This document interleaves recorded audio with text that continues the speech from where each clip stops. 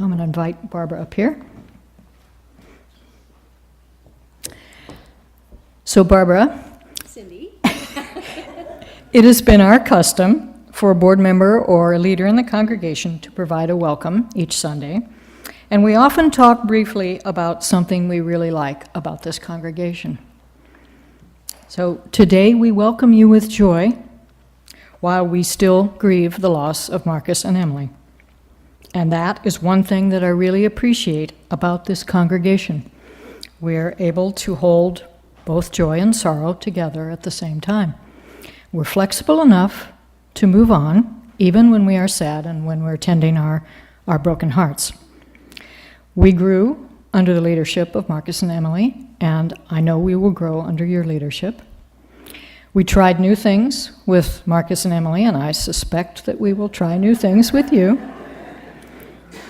We had fun and we laughed a lot with Marcus and Emily, and I know we will also have fun with you and Jocko. We will move on together with grace and love and compassion and creativity and humor, because that is who we are. So I want to tell the congregation a bit about the Reverend Dr. Barbara Wells ten Hove, which is a mouthful. You can ask her what she likes to be called best. I've known her for more years than I want to admit. Barbara began her ministry in 1985 in the Pacific Northwest District, where I was also working. She was a founding minister of the Woodinville, Washington Church, and she also served in Bellevue, Washington. She was co-minister with her husband Jocko in Golden, Colorado for an interim year, and then in Adelphi, Maryland, they were co-ministers for several years, and most recently a co-ministry with Jocko on Bainbridge Island, outside of Seattle. Then they retired and moved to co-housing in Bellingham. Yay! And now Barbara is doing a year-long part-time consulting ministry with us. Barbara is a homebred UU, that's lifelong, whose father, John Wells, was also a UU minister. She's held many leadership positions on UUA and Unitarian Universalist Ministers Association committees, and she's led worship services at large gatherings, including the UUA General Assembly. Her specialty is UU worship, and she teaches worship and preaching skills to ministers, seminarians, and lay leaders. But she also has a life outside of being a minister. She volunteers at food banks, prisons, hospice, and she told me she leads a Girl Scout troop.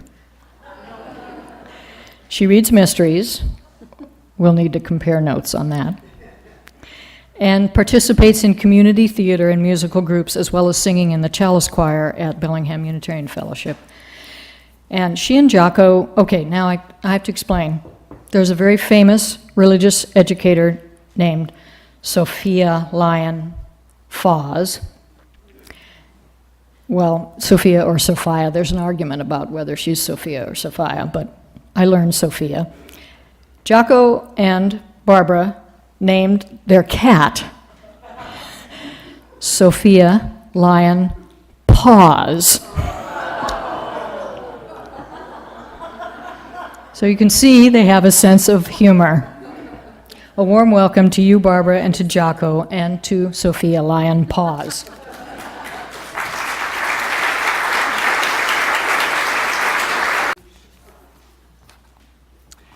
This morning, we acknowledge that we are both sad and happy.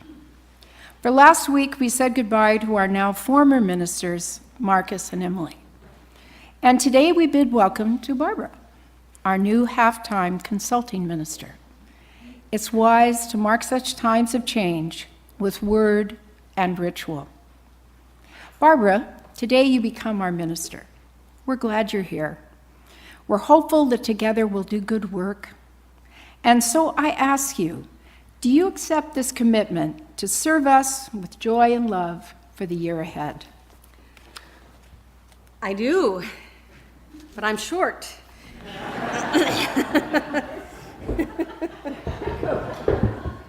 Now it's better. Okay. Yes, I do.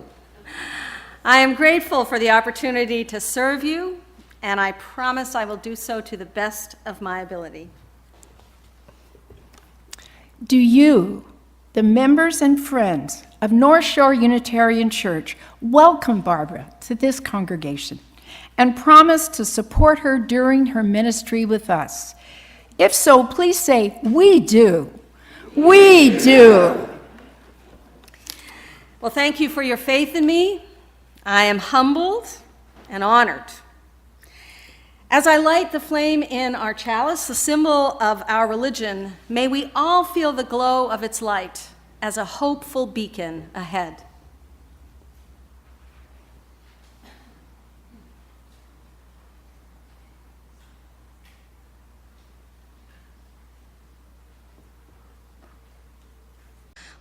Well, good morning, everyone. It's just such a thrill to be here with you, to be among you in your wonderful community, to see friends from the Bellingham Fellowship, a friend from co-housing, and to see so many faces of people I've not recognized, but one who I know well and love. That is the joy of Unitarian Universalist community, is that we are a people who both know each other and are strangers to each other. We're good to each other much of the time, but not always. Our hearts ache often, and yet we bring them into community, into beloved community, because it is here that we become our best selves, and it is here that we get to grow up and become better people. So I am thrilled and delighted to be a part of you for this year. But you know, I've always been a part of you, because as Unitarian Universalists, we are a part of a larger religious community, whether we live in the United States or Canada, whether we live from far away, whether we have come through the ranks of Unitarian Universalism like I have, or whether this is the first day you've set foot inside this door. You are welcome here, and I am glad to be among you. I just have a couple of things, and I'm going to come up here because I am short, so it's hard to see me when I stand down there. Now you can see me. I have two things to ask of you as I begin my ministry among you. The first is simple and complicated, as all things that are simple are, is I want you to tell me your names and forgive me when I forget them. Wearing name tags helps a whole lot. There's a lot of you for me to get to know, and I want to get to know you. So a part of reminding me of your name and forgiving me when I forget your name is, please take time to get to know me. A year may seem like a short time, and it is, but in a year a lot can happen. But it'll happen more effectively and more meaningfully if we get to know each other.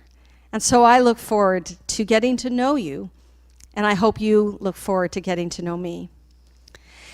The second thing I want to ask of you, and I want you to ask of me, is to let us make mistakes and forgive each other for those mistakes. I've been a minister a very long time, and I can assure you that I make mistakes every day. I'm a really good minister sometimes, and I make mistakes every day. You're a wonderful congregation, and you make mistakes every day. And so if we can understand that about each other and accept that about each other and love one another through our mistakes, we will become the kind of people that we know we must become if we want this world to grow in the way we know it must. So thank you for getting to know me over the course of this year. I will do my best to get to know you. And thank you for forgiving me my mistakes, as I hope and promise to forgive and not remember your mistakes. Let's all take a deep breath together.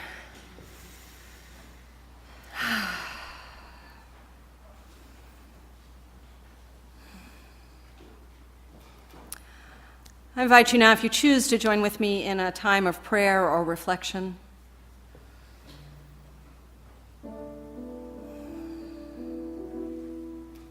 Gracious One, whom we call by many names,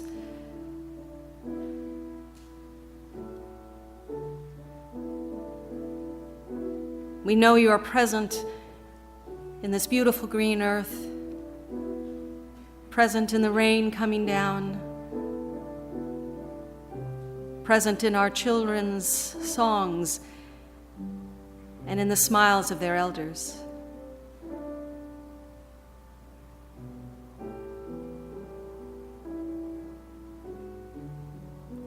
On this day when our hearts are full,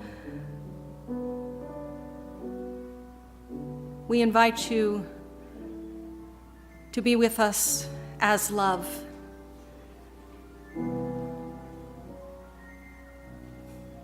Love singing to us in the songs of phones and the songs of piano, the songs of our voices, reminding us that we are not alone.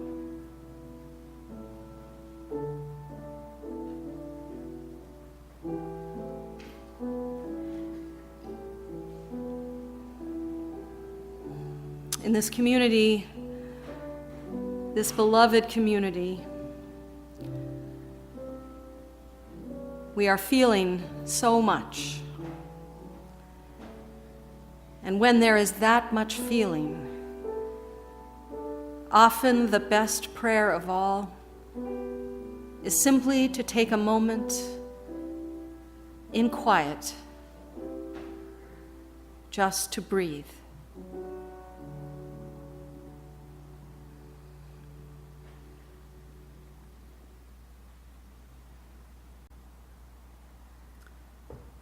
For those names which have been spoken, and for all that remains in the silent sanctuaries of our hearts, we light this candle of hope.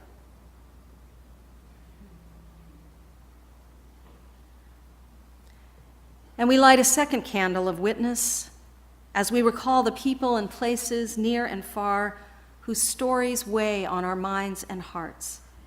If you wish to name a local or global issue that needs our prayers, please speak now.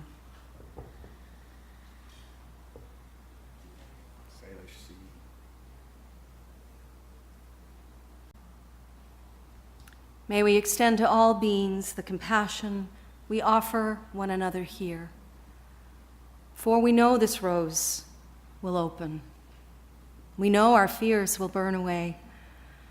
We know our soul will unfurl its wings. We know this rose will open. I have always loved Mary Gregolia's beautiful chant. It speaks so simply and movingly of the challenges inherent in change. It brings together two distinct images that seem contradictory: an opening rose and fear. Yet in doing so, the song recognizes that change, even good change, like the unfolding of a rose, can bring with it fear. Fear we must face if our soul is to fully unfurl its wings. Change, her song reminds us, is both necessary and hard. Our lives are full of change, I know.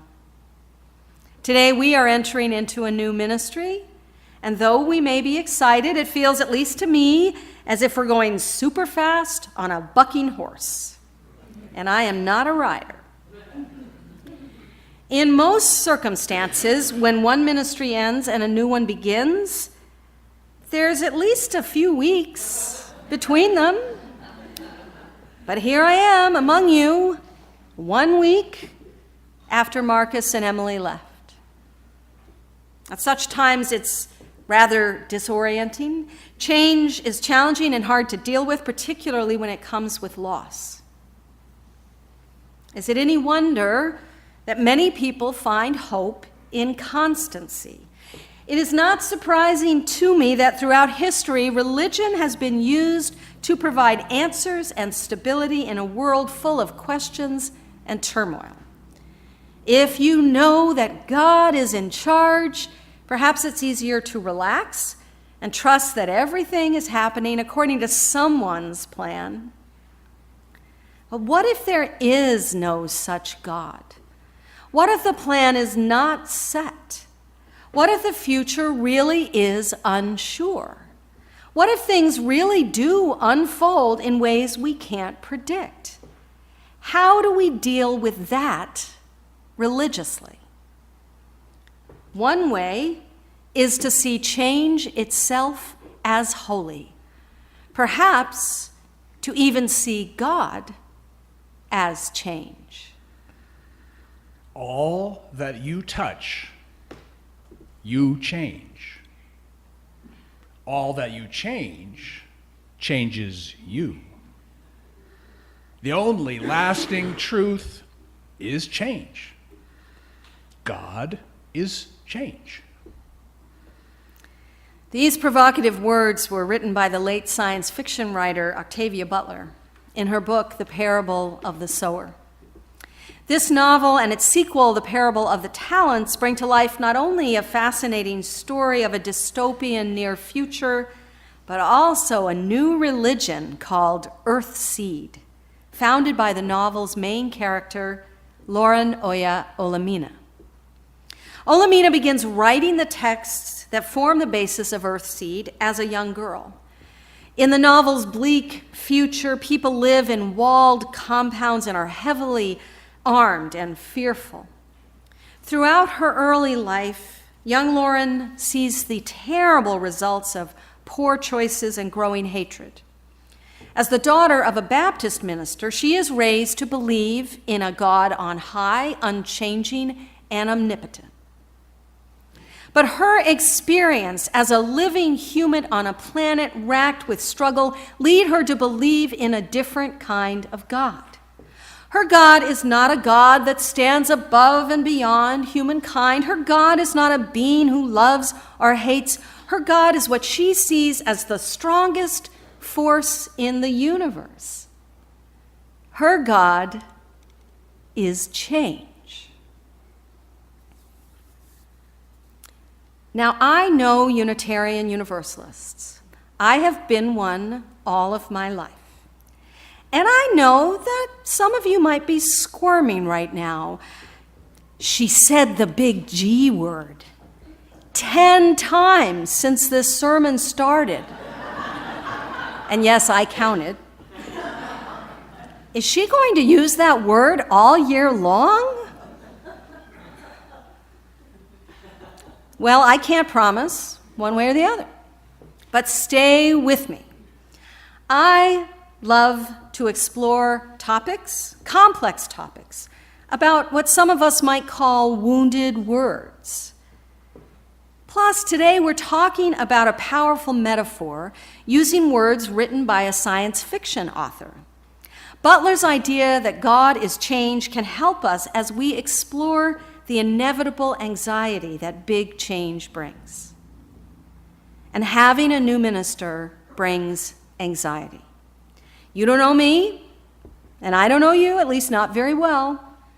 When Marcus and Emily came here 2 years ago, you had a big, long process that culminated in a vote to call them as your ministers. You got to ask them a lot of questions and spend a bunch of time with them before that vote. I have come to you after a few brief interviews from a small team. They discerned they could trust me to jump onto this sailing ship and keep a firm hand on the tiller. But that doesn't mean that you aren't likely feeling some anxiety about all this change. I know I am. So let me preach to you a bit about change. I am a preacher.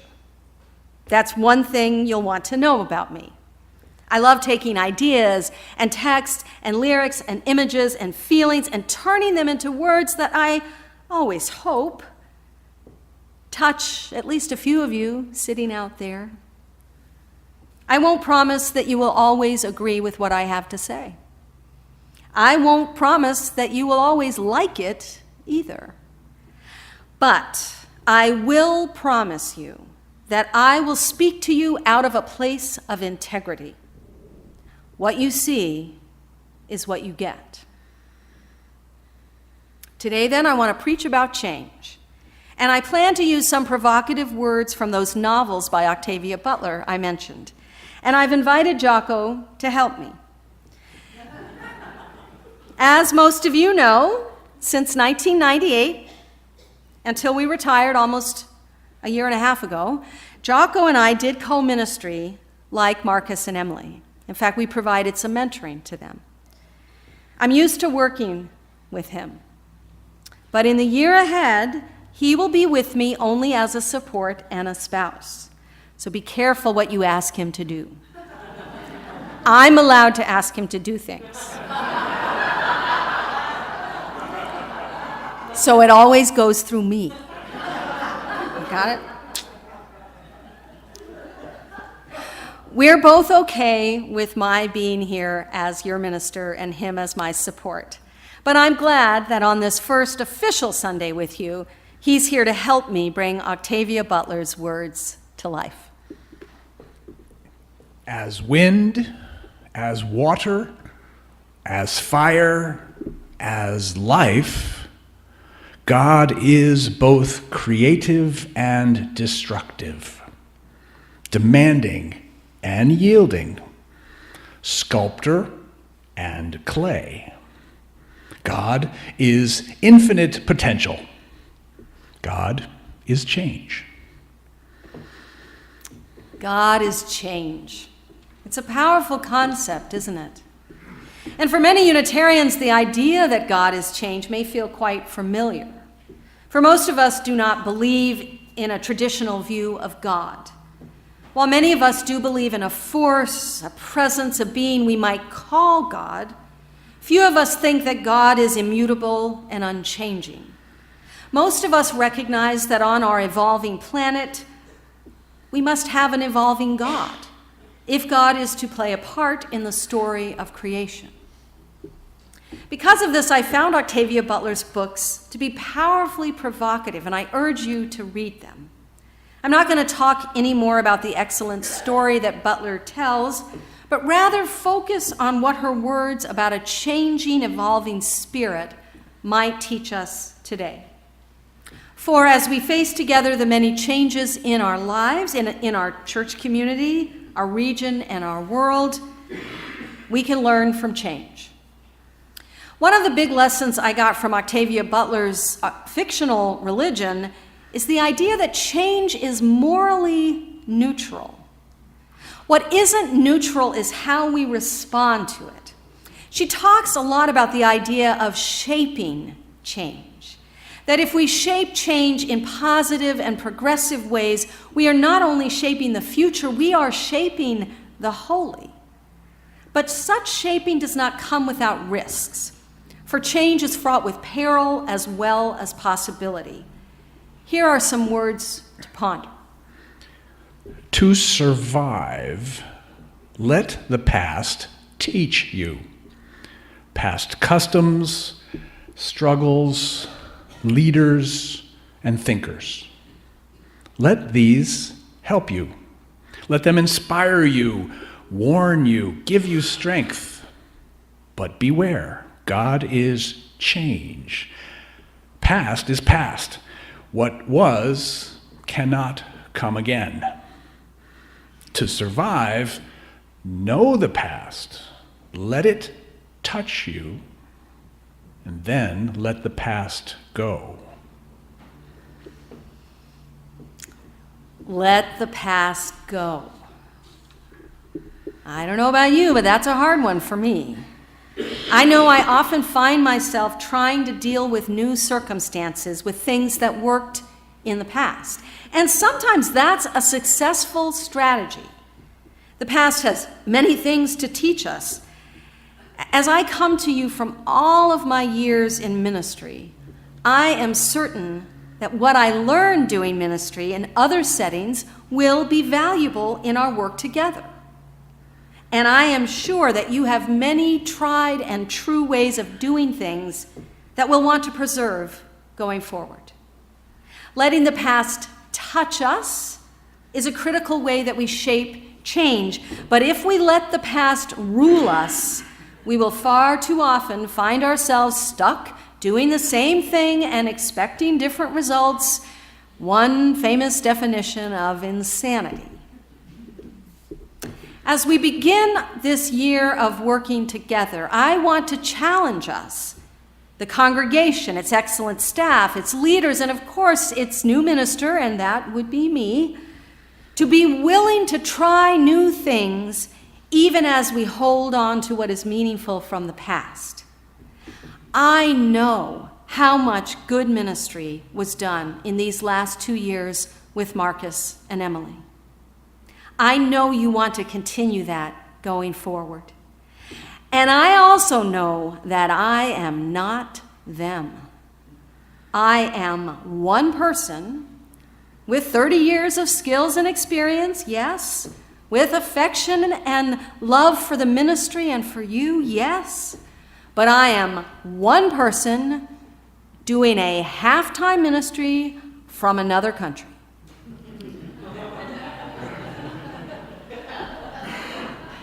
I cannot do all the ministry that Marcus and Emily did. But I can do good ministry with you if we let it be different. Are you willing to take a risk on me? Are you willing to have enough trust in each other and in me to risk being changed?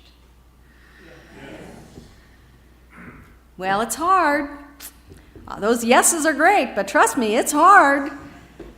Yet it's where the idea that God is changed speaks to me so profoundly.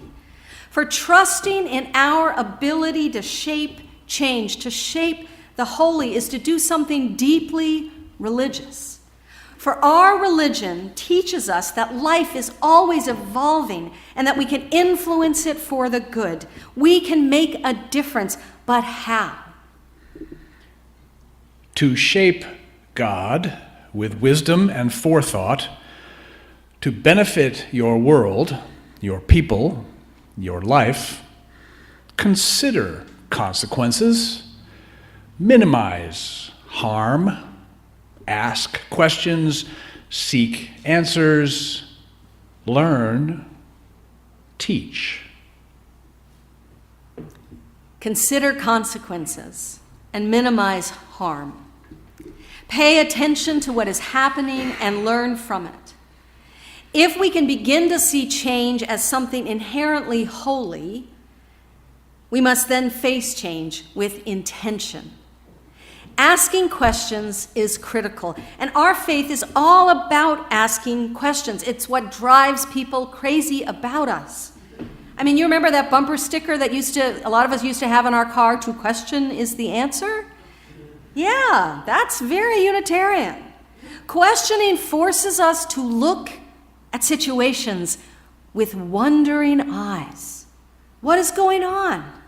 Who is doing what and to whom? How can I help? How can I create change that doesn't cause more harm than good? How can I know if I'm doing the right thing? Well, of course we can't know, at least not fully. The present is here at this moment, and at this one, and this one. But the future is unknown. Our actions today may make a difference in the future. We can hope they do, but we can't really know.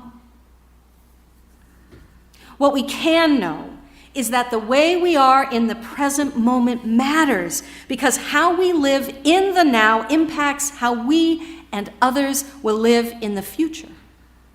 This is a fine thing, but it can also paralyze us into inaction. What if we do the wrong thing, even for the right reasons? Listen again to Octavia Butler's wisdom. Kindness, kindness, kindness eases change. Love quiets fear. Isn't that just beautiful? Kindness is so desperately needed in this world of ours. And kindness, the root of which is kinship, reminding us that we are all relatives. Kindness invites us into relationship that is based on caring for one another in gentle ways. When we are kind, particularly during times of great stress and change, we allow those around us to know that they are loved and appreciated, even if everyone is running around like chickens with their heads cut off. Kindness truly is the best way to build a better world. We can be kind by making choices every moment that emerge out of our religious belief in the unity of creation with love at its heart. Kindness is a good word to use for this. As Butler reminds us, kindness eases change, and it does. I have heard, and I have been told by Marcus and Emily, how kind you were to them as they moved through their changes that were hard and sad. I have seen how kind you've been to each other as you've had to recognize that what you had hoped would be a long ministry could not be. And I've been so grateful at your kindness toward me. Such kindness makes me feel closer to the holy, held in a loving embrace. One of the characters in Octavia Butler's novel asks a question about God. She says, If God is change, then who loves us? Who cares about us? Who cares for us? The response, We care for one another. We care for ourselves and one another. we care for one another. We care for ourselves and one another. It seems so simple, but it's way harder than it seems. Caring for one another takes trust, it takes energy, it takes a willingness to drop defenses and let another person into our life. So how might we care for one another?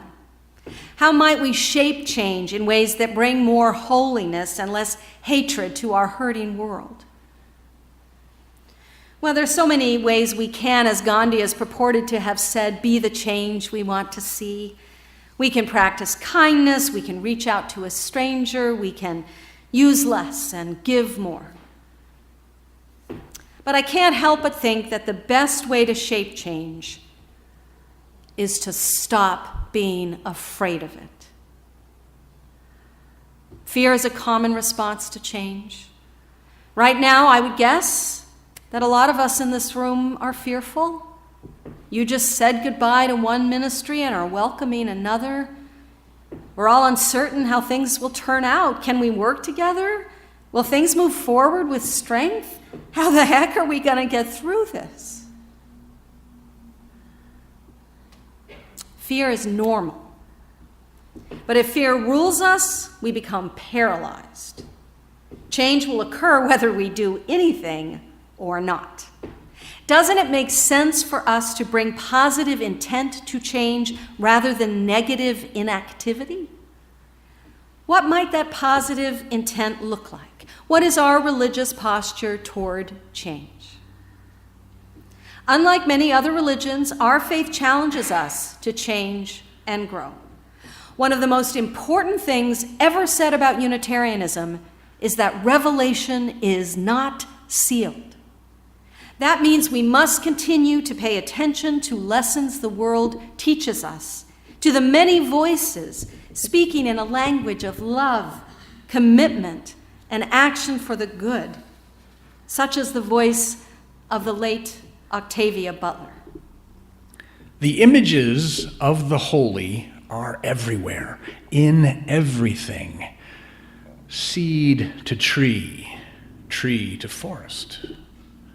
Rain to river, river to sea. Grubs to bees, bees to swarm.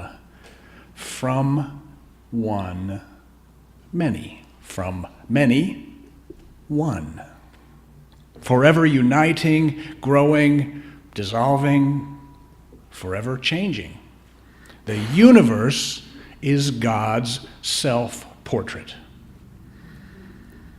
I love that image of God, for it includes all of us. We are the universe.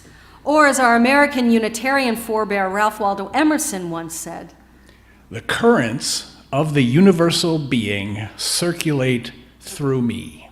I am part and particle of God. Whatever your beliefs about God or the holy, the idea that what we do and who we are influences the path our world takes is undeniable. Thus, we are called, I believe, as religious people, to face the inevitability of change with intention and care. We are called to bring kindness into all we do. We are challenged to face our fears with courage and hope. We have it within us to shape the universe, to shape the holy by our acts. And if we believe that we can make a difference, then we need to believe enough in ourselves to do so. The world I see all around me is in dire need of positive and creative change. We can be a part of the change we want to see, or we can be passive spectators to the change that will happen all around us. These are challenging times, my friends. We all know that. But at such times, extraordinary things can happen if ordinary people decide to act. So I ask you, what will you do today to create positive change? What kind words will you say? What fears will you face? What hope will you offer? What steps will you take? As we enter into this new ministry together, let us accept this change for what it is, the constant moving and shaping of life.